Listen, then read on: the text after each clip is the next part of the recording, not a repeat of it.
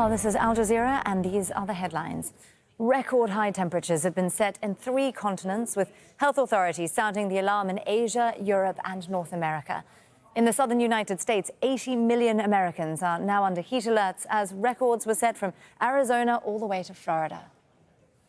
In Israel, protesters are planning a day of national resistance in opposition to the government's proposed judicial reforms.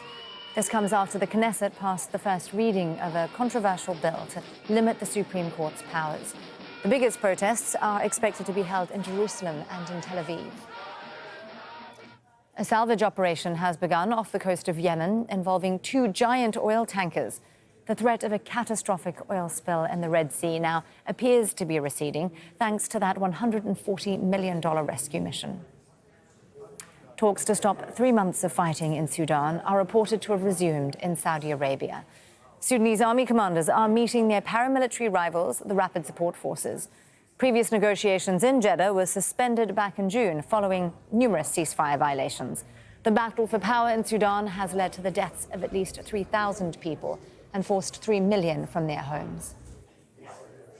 The International Criminal Court in The Hague has rejected an attempt by the Philippines to stop an investigation into extrajudicial killings during the so-called war on drugs. The campaign against illegal drug traffickers, ordered by then-President Rodrigo Duterte, was highly controversial.